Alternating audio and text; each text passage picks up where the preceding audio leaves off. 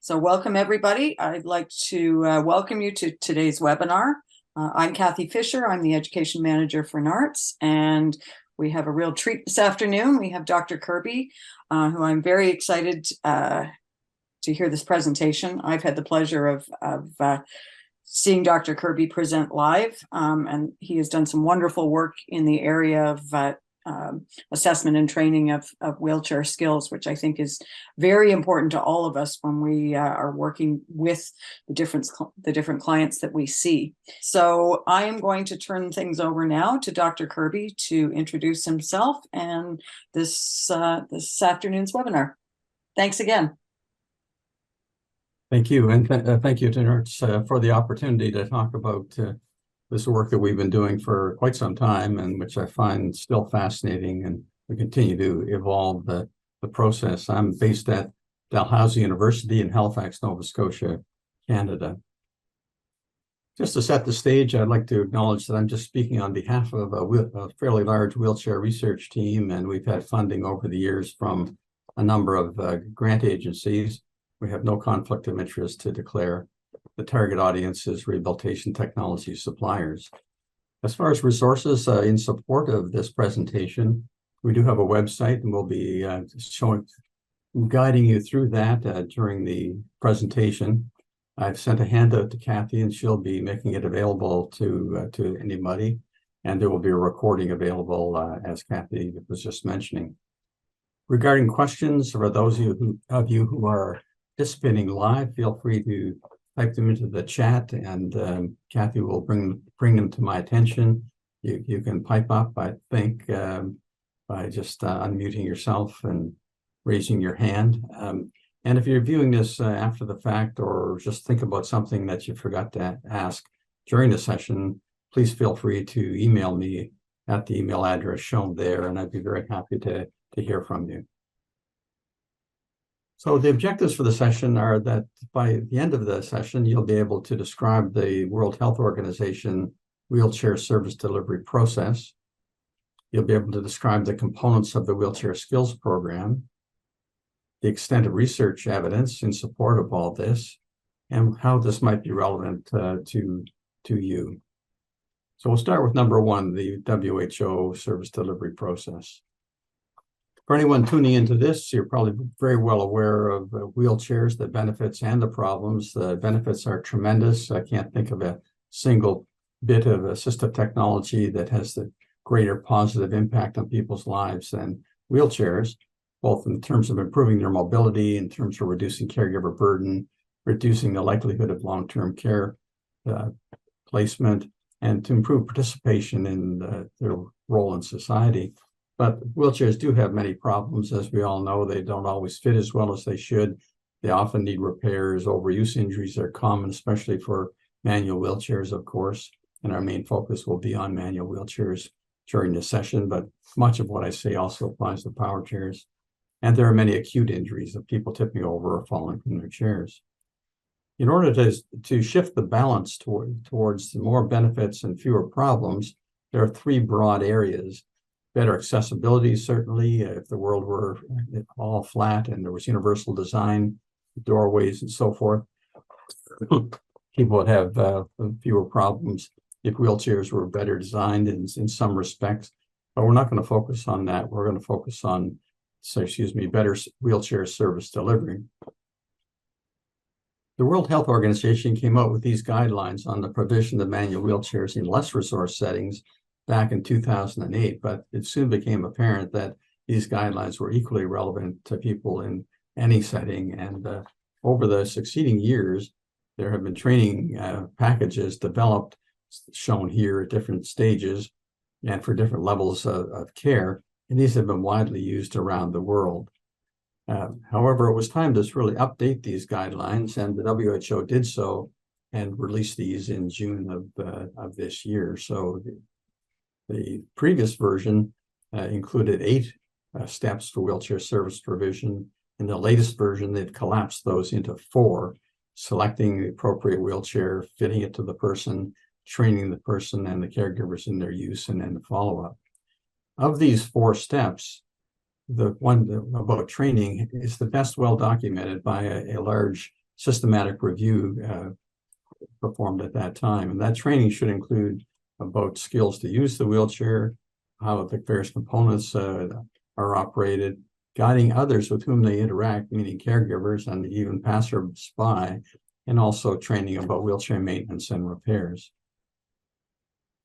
In terms of which wheelchair users, I mentioned earlier that less resource settings were the focus, but the latest guidelines are relevant for all countries, all wheelchair users, all types of wheelchairs, which include power chairs and scooters, and even experienced long-term users.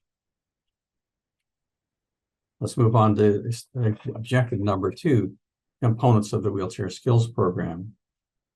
This is the website. If you just Google wheelchair skills program, this will pop up. It was first developed in 1996 and it's continued to evolve since that time. And we're going to spend some time working our way through some of the menu items on the left here over the next few minutes. But what's different about the wheelchair skills program? There are other training programs. We're not the first to be involved in this way. I think probably more than many other training programs, we're focused on research evidence wherever it's available. We include both assessment and training in our wheelchair skills manual. We focus on wheelchair users, but also their caregivers, manual chairs, power chairs, and scooters, as I mentioned. The process and sequencing is something that has evolved over time. And I think you'll see what I'm referring to there when we get to one of the videos a little later.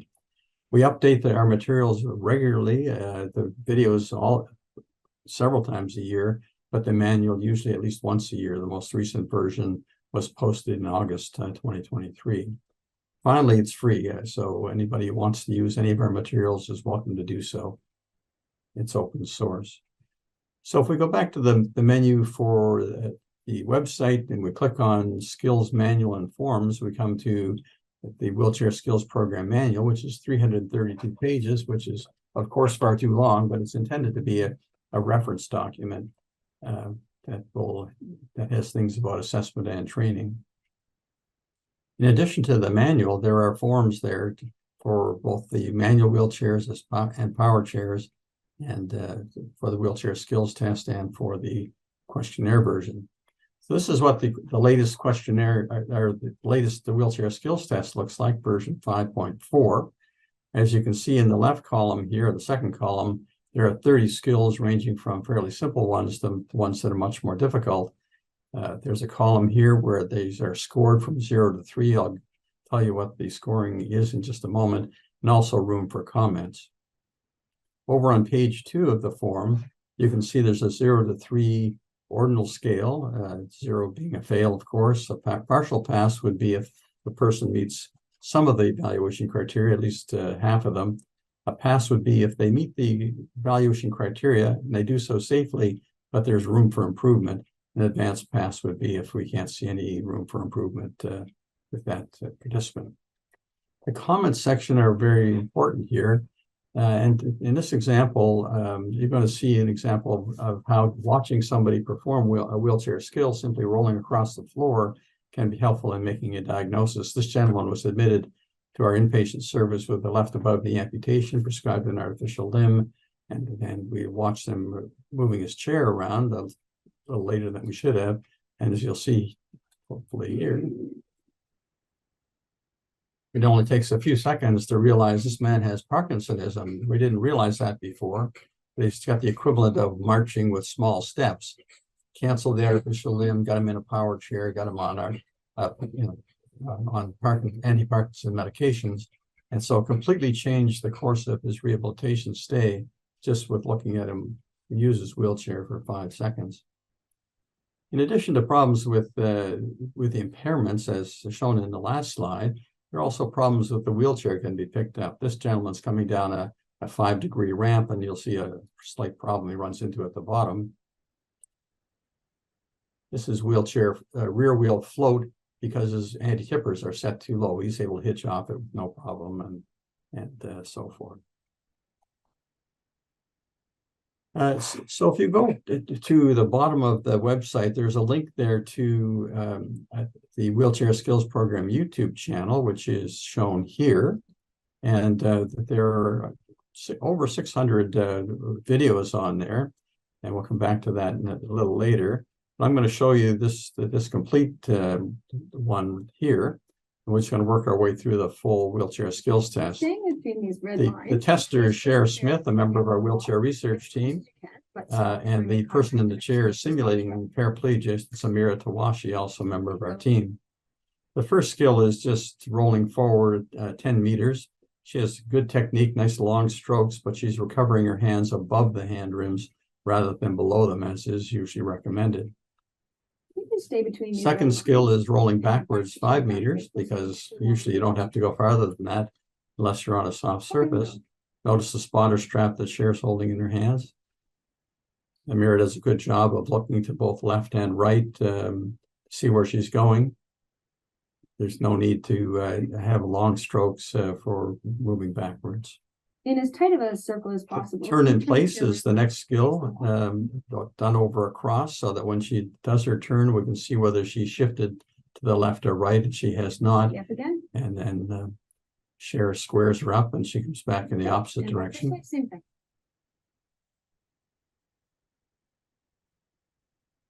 So she'd have a score of 2 for the first skill and a score of 3 for the next 2.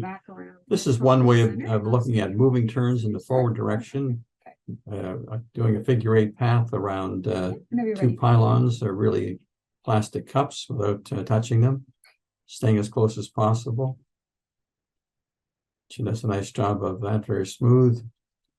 A score of 3. Then she does the same thing in the backward direction, moving turns backwards.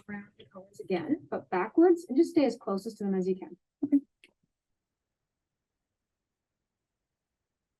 You see a little more hesitancy, a little less smoothness here. Corrections a little wider around the pathway, so a little bit of room for improvement there. We'd be looking at probably a score of 2. Spend a little bit of time working on that. Good. For this skill, next skill is sideways maneuvering. She's moving from little space as possible. Starting space, which is at least a meter away, and has to get her left wheel over the green line on the floor. We're counting how many steps she takes to get there. And she does so nicely, and doesn't use much forward and backward space. Having done so to the left, then she repeats the test to the right. Getting a score of 3 for this.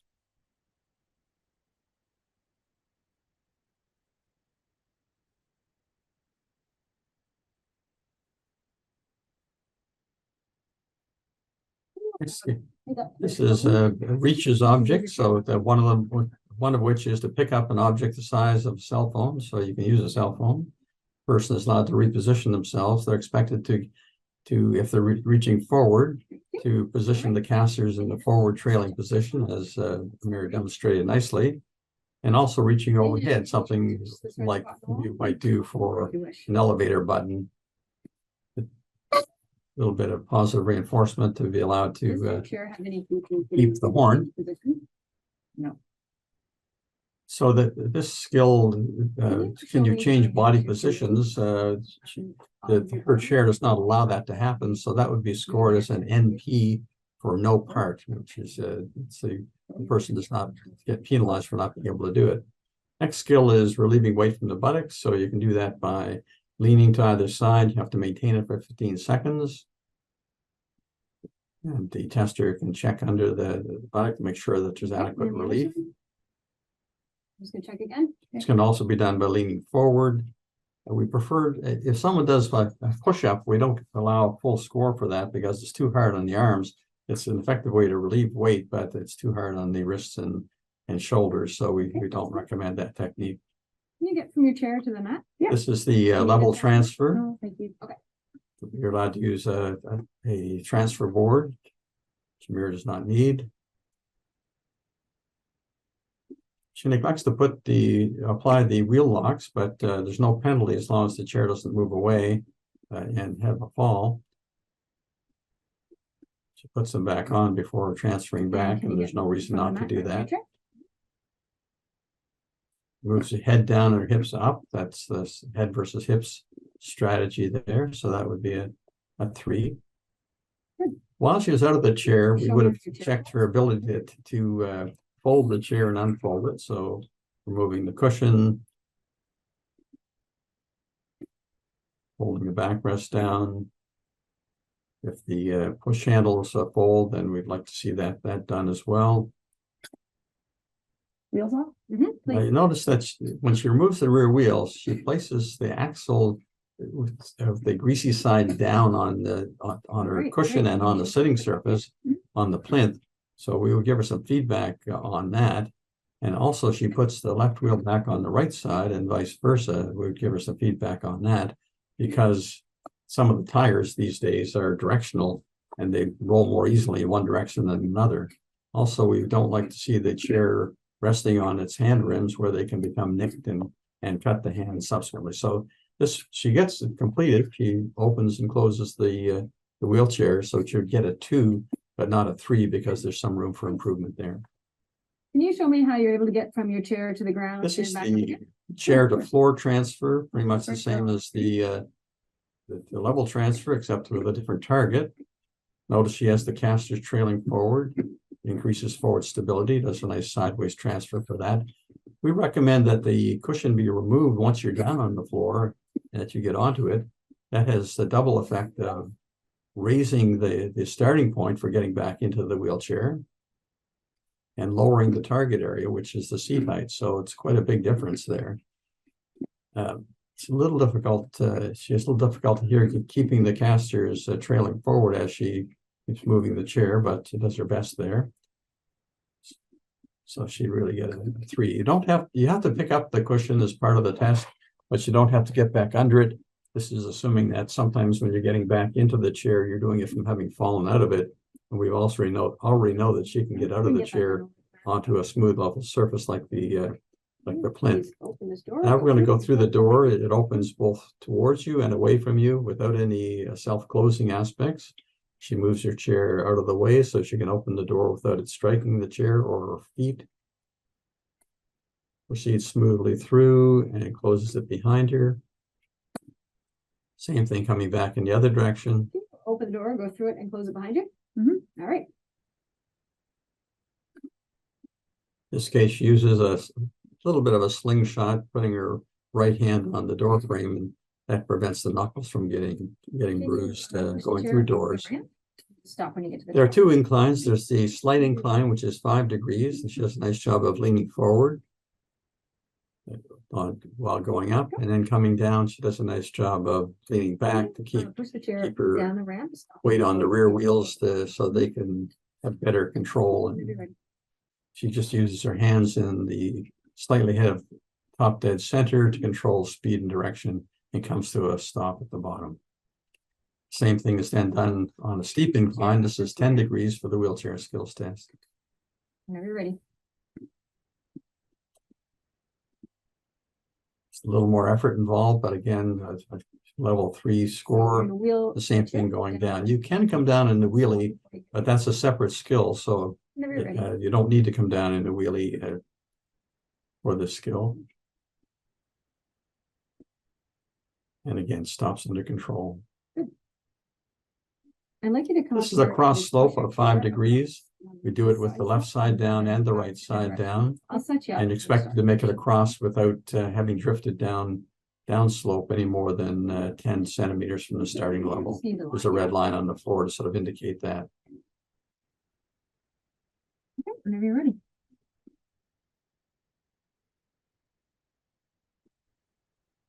Okay, we're gonna spin you around. We'll do the same. So we get that started. Someone with hemiplegia, they might choose to do this backwards because it's much easier to do if the side you're using your foot and your arm to propel the chair on is downhill. Push the chair over The soft surface, gym mats serve that purpose quite nicely, although there's some gravel in the background.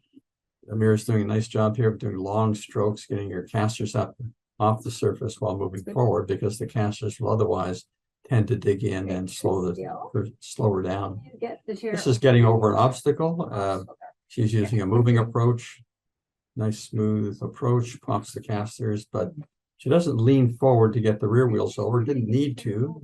pothole. This is a gap which is no longer in version 5.4. It's only for training purposes now, but it's the same thing. No forward trunk lean. The trunk lean becomes more important as we get into the getting up the curbs. This is the low curb, 5 centimeters. Amir doesn't need to use it for that. Coming down a low curb, the simple roll-off technique is quite acceptable. Keeping your weight back and moving slowly. All right, you ready? For the high curb, you really only need the trunk lean here. Yeah, and you can see she uses it nicely. Can you show me how you're gonna To come down from a high curb, I'm you gonna- can do it in a wheelie position or come down backwards. If you do come down backwards, it's important to keep the rear wheels moving. If you stop prematurely, you'll tip over backwards, and the leaning well forward is important. Once I have the spotter strap on, I'm gonna get you to come up into a wheel. This is going to be the stationary wheelie, which we expect the person to maintain over the cross for 30 seconds. We've sort of shortened that down with the interest of time here. You can come down. And once you're able to do the wheelie, which is a prerequisite for some of these additional skills, Face that wall. And then she's going to do a turn in place in the wheelie position. That's one of the reasons why a wheelie can be important, is if you have small amount of space available to be able to turn in place is a useful skill. And again, we're looking for how much movement to the left and right And then turn around again. occurs, which you can land and reassume the wheelie position between the two directions, or you can just do what Amir is showing here of turning in each direction without coming down. The next skill is moving forward and backward in the wheelie position. Get into a wheelie and move the chair forward till I ask you to stop. And then we're gonna do the same thing. Expected to go 1.5 meters successfully and be in control. Again, you can land between the forward and backward directions using a nice dip and roll technique, allowing the chair to dip forward and rolling to catch up with it. Okay. Come backwards now? Yes, please. Coming backwards, most people have a little more difficulty with that, but there's the same dip and roll technique. A little bit of a reaction there. Probably needs a little bit more work, maybe a score of 2 rather Can than you show me 3. how you come down the curb in a wheelie? This is the wheelie Gotcha. curb descent, high curb descent, 15 centimeters. Notice the spotting with the hands near the push handles rather than the spotter strap. Nice job there of the rear wheels landing before the casters come This time down. when you come down. Can you Coming down a the steep wheelie? incline is another reason why the wheelie can be useful. For this, the spotter strap is quite acceptable.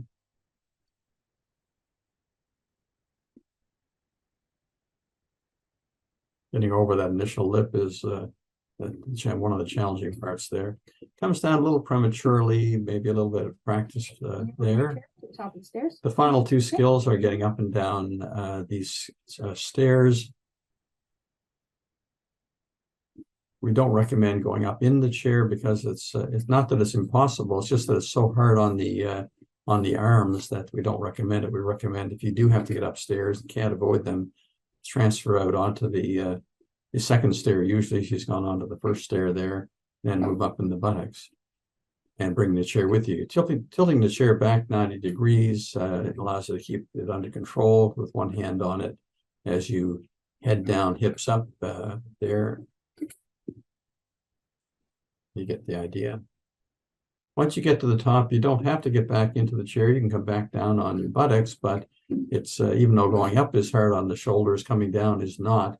So when we're training people to come downstairs, we usually expect them to do it holding on to the stair rail, either 2 hands on the same stair rail or one hand on the stair rail and the other hand on the handrail. Are you able to come down the stairs in your chair? Yep. Yeah, spot you. Okay. We don't prompt the person in how to do it. That's why we have them facing the stair to start with. If they want to turn around, that's up to them. Again, spotting using the push handles because we don't want one wheel coming down before the other. Is moving back and forth between 2 hands on the stair rail and one hand on the handrail. So that's the complete wheelchair skills test. Just demonstrated, and as I say, that the video is on the website if you want to look at it afterwards. In addition to the objective wheelchair skills test, there's also a questionnaire version, and it's the identical set of skills. But as you can see, in addition to performance, and performance is what you do in real life, as opposed to capacity, what you do in a standardized environment, which is what the wheelchair skills test was looking at. Again, a 0 to 3 scale. But in addition to looking at can the person do it? How confident are they? How frequently do they do it? Is this a training goal? So you can drill down into more detail with the questionnaire, but you don't have the advantage of being able to see how the person has done it, which is the main advantage of the objective wheelchair skills test. In addition to the scores for the individual skills, you can do a total scores for capacity for the wheelchair skills test out of 100, and for the 3 different the dimensions there for the questionnaire version. As I mentioned, if you have a no part score, it doesn't penalize you because that's taken off both the numerator and denominator for the total scores. Now, if you want some help in calculating those scores, we do have an app on the website, which just looks like this. You can enter your data and get a report generated there.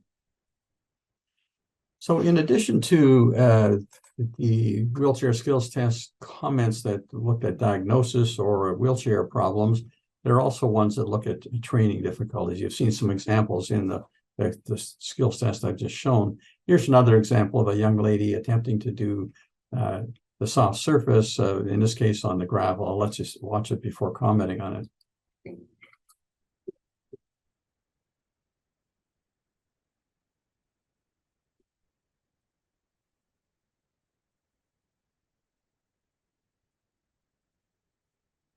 Now, what you're seeing there is that she is doing what many people do, which when they experience rolling resistance, is they lean forward to put more force onto the hand rims, but that puts more weight on the casters, and rolling resistance is inversely proportional to wheel diameter, which is to say the small wheels tend to dig in.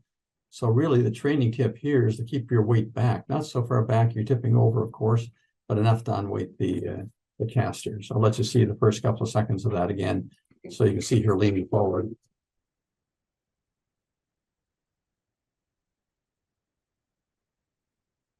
Okay, so it's those comments that guide training, and we'll come to the wheelchair skills training program, which includes the best available evidence on process, motor skills learning, and how to teach, and content, what to teach. First, let's talk about process. Give an example of that. So in this video, I'll show it first and then tell you what you're seeing.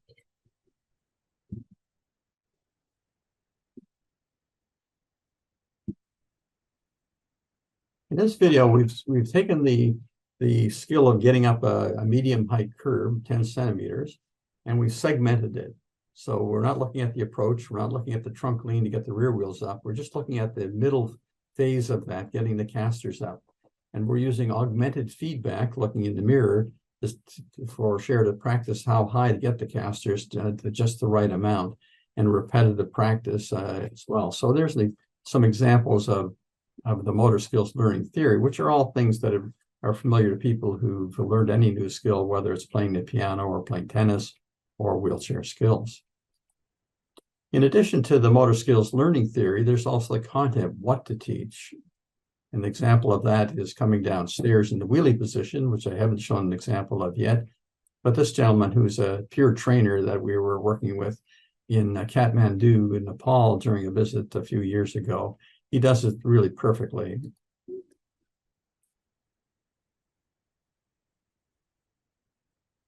Just like coming down a curb, but instead of landing the casters, you lean back against the upright of the curb before moving your hands back and moving down the next step. So that's perfect technique.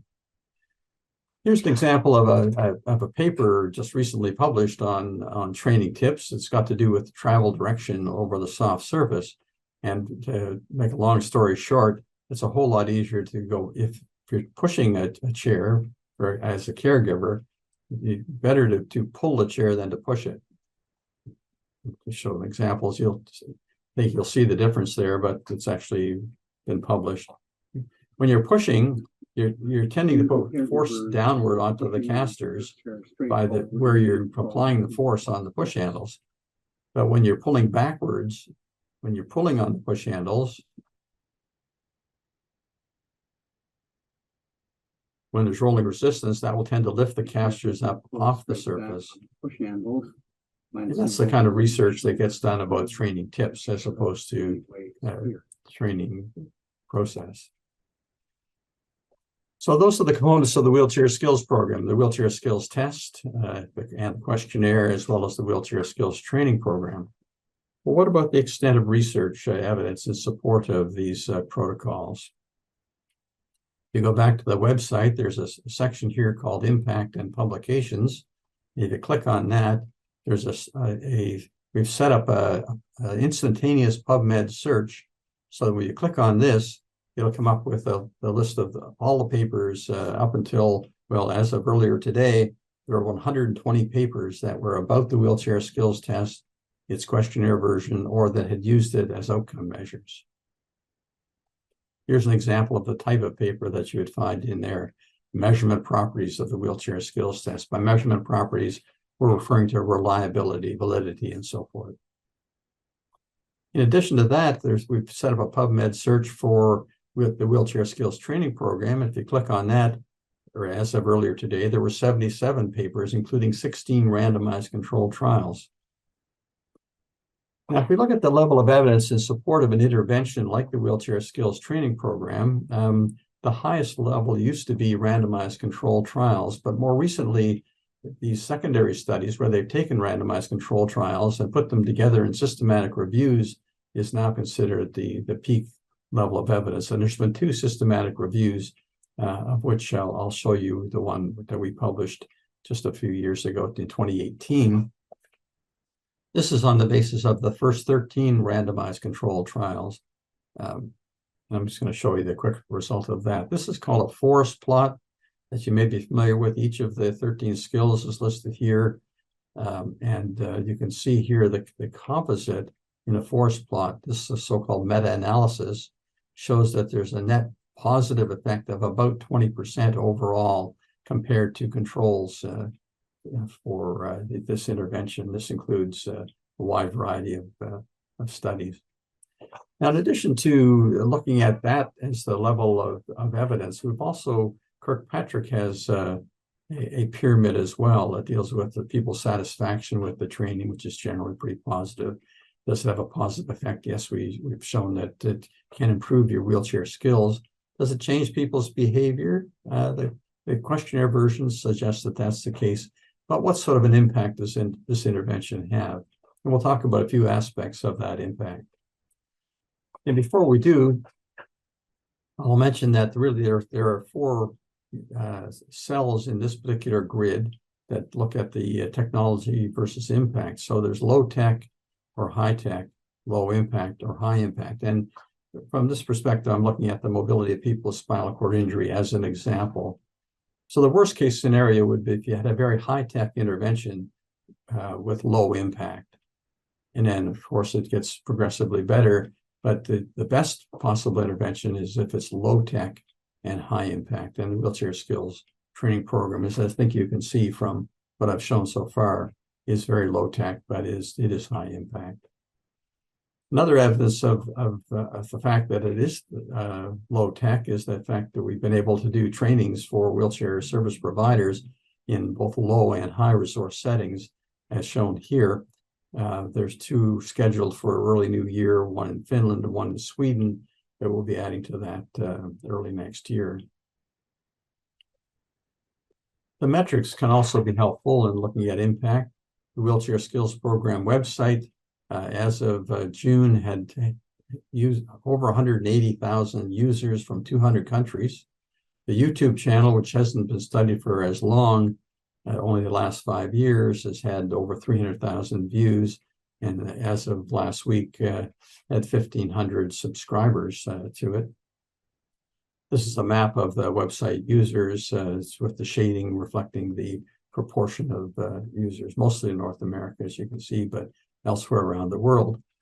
Now, the World Health Organization provision guidelines that I mentioned to you earlier, shown here in the right lower, we were very pleased on page 36 to get a mention there that they specifically mention the wheelchair skills program that we've developed, and we're very pleased to have had that shout out from the World Health Organization. However, those are just subjective versions of impact. I think a more objective version of that can be demonstrated in this study that we were part of, looking at a cross-sectional survey in Kenya and the Philippines of over 800 wheelchair users. About half of them had received wheelchair services like those that the World Health Organization recommended, the eight steps as mentioned earlier, and about half of them had not received any services along with the wheelchair. Now, those services, we broke them down here on the left. You can't read that. I don't expect you to. There's a composite service score at the bottom that out of 13 services provided, this is the composite score. And across the top here, we've looked at 4 different positive outcomes: daily wheelchair use, outdoor unassisted wheelchair use, high performance of ADLs, and absence of serious falls, and then a composite score over here. So overall, the World Health Organization has a very positive effect in general. However, if you look at the breakdown of the individual services, you see some of those services really had no effect at all. And the one that had the greatest impact, shown here with the red arrow, you track that across, the provider did training. So of the various services provided, that's the one that seems to have the greatest impact. Now, what I've been telling you about today, of course, is just part of the evolution of the Wheelchair Skills Program. As I mentioned, this whole thing started back in 1996, but we continue to work on it and to do research studies. Probably in this evolutionary diagram here, we'd be somewhere in the very early stages, but if we can show such a positive impact at this early stage, then who knows how good it could be once it's a little more perfected. That's our hope anyway. And we believe it's already good enough that it should be implemented widely, and the World Health Organization seems to agree with that. It doesn't have to be perfect to be good, and if it's good, we should be using it. Well, is it being used? Well, this is a survey that we carried out and published last year. It was a global online survey. We received 309 responses from service providers in 35 different countries.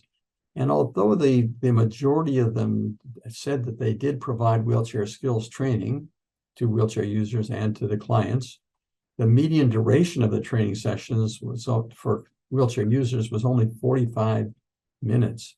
And the median number of sessions was 2 for both the caregivers and the wheelchair users. So even though people around the world say they are providing training, really you couldn't learn to play tennis in 2 hours, and certainly we don't expect all these wheelchair skills to be learned in that period of time as well. So we really feel that the dose of this intervention is far below what it ought to be. So honestly, with all the publications and evidence available, it really does surprise one that this hasn't been picked up more than it has. They refer to this clinical translational continuum as having 2 death valleys. And the second death valley is when you've got lots of evidence, but it hasn't really worked its way into clinical practice to the extent that it might. And so this is where I think we are right now in this valley number 2. Which brings us to the relevance for people who are members of this organization. You are out there dealing with wheelchair service providers in all sorts of settings and wheelchair users and their caregivers, and you can be a tremendous help in asking people whether or not they've received training, and if not, getting them referred to someone who's able to provide it for them. This not only applies to wheelchairs, of course, but any form of rehabilitation technology, many forms, I should say, do require some training to be able to use them as safely and effectively as possible. So I think we've covered our 4 objectives, the WHO wheelchair service process, the components, the extent of research, which is lots, and the relevance to you, which I hope you'll consider appropriate. The learning quiz questions that are available are listed here. I'm going to go through the answers to those one by one.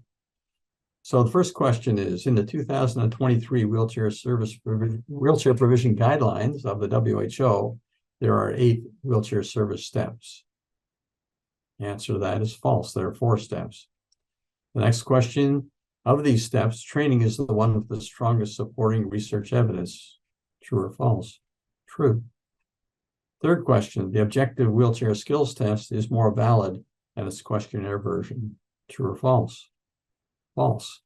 The WSTQ has probably got more validity than the objective version. The chief advantage of the wheelchair skills test over the questionnaire version is that the tester can see how the test subject performs the skill. True. The wheelchair skills program, a training program, utilizes the best available evidence on motor skills learning and the best available evidence on how to safely and effectively perform the skills. True. That's the end of my presentation. Thank you very much for your attention. And if there's anyone online and would like to ask a question, now would be a good time to do it. Well, thank you. That was a very thorough presentation, given the time. The use of video certainly has made it possible to understand this without leaving the comfort of your own clinic or your own home.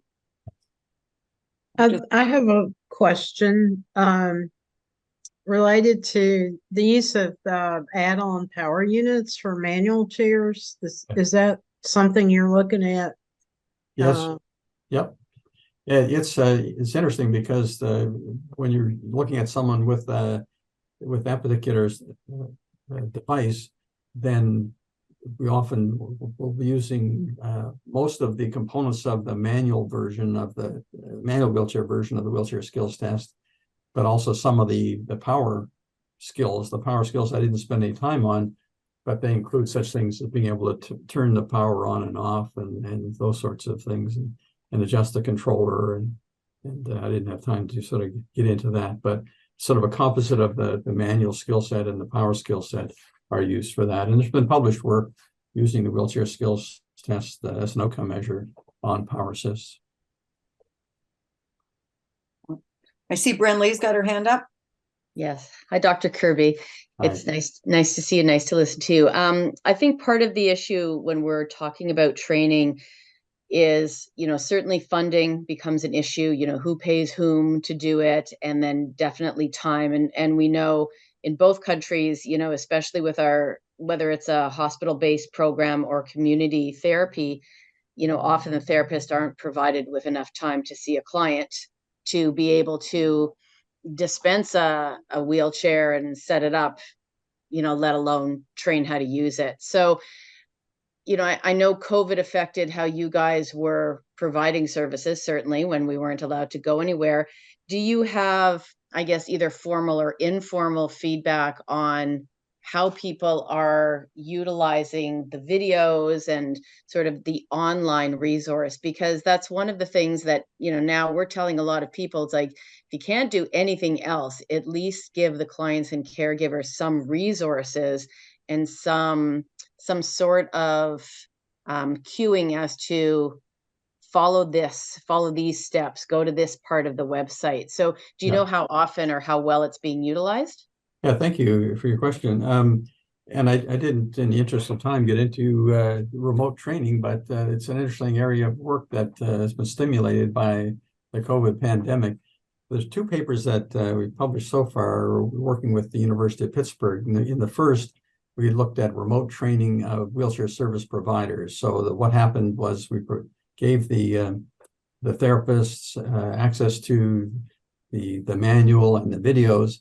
We asked them to practice with somebody else to spot them so they could do it safely.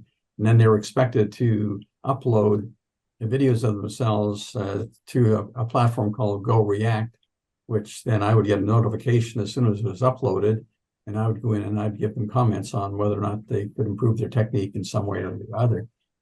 That study demonstrated that wheelchair service providers can improve their skills significantly in doing that type of approach. But the question is then, can they pass it on to others? So the second study we did was exactly that. We looked at the outcome of training people in that way, but then looking at the outcome of were the people that they trained able to learn skills in that way. And so that's been published as well. A third one is underway right now, and there's consideration of direct to user. We've got a large grants with the principal investigator, Lynn Warby, of the University of Pittsburgh, a large grant from NID. There's so many acronyms, but from a U.S. A national organization that we're looking at the direct-to-user training of that. We've just completed a caregiver training study in which COVID played a large part. We planned to do caregiver training in person, but weren't able to have access to the caregivers for that reason. So we did a randomized control trial where we compared self-study, where they just got the manual and the video that we had boiled down just for caregivers. They just got that, or they got that in addition to remote interaction by Zoom. But both groups improved. The group that got the interaction improved a little bit more, but not significantly more.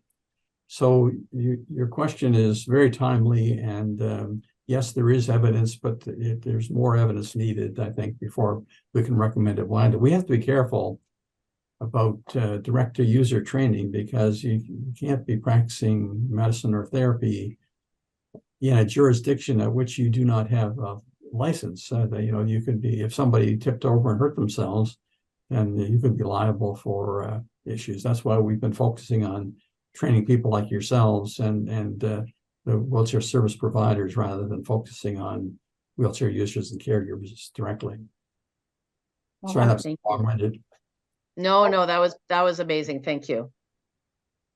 And I think, just to Brenly's point, we certainly, Brenly and I have worked together, and certainly in the community here, whose responsibility is it to do that training? And, it's falling in many cases to the CRT providers and the reps, and they need that training, so it's all very well for, let's go back to the beginning of what Brenly had to say there. It's all very well for me to say, oh yeah, you should be doing it.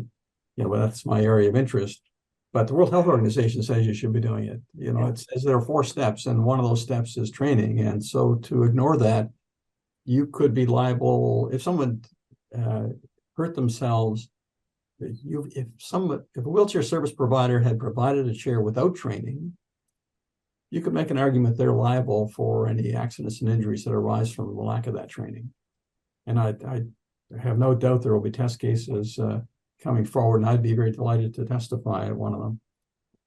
Yeah, well, I think it's really important, and I think your timing on doing this webinar is good, because we're talking about it as we're looking at is there value in online assessments, and who's responsible for what, and what is the scope of an online assessment. So I think this is very important information.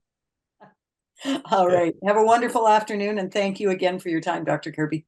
Bye for now.